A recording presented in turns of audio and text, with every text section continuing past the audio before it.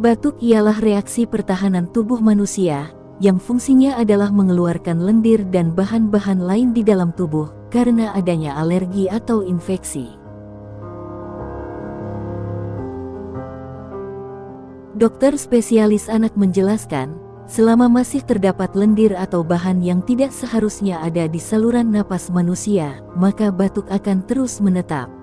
Batuk dikatakan kronik apabila tak kunjung sembuh selama kurang lebih 4 minggu. Namun, sangat disarankan apabila batuk sudah mencapai 2 minggu untuk segera membawa anak ke rumah sakit untuk pemeriksaan lebih lanjut.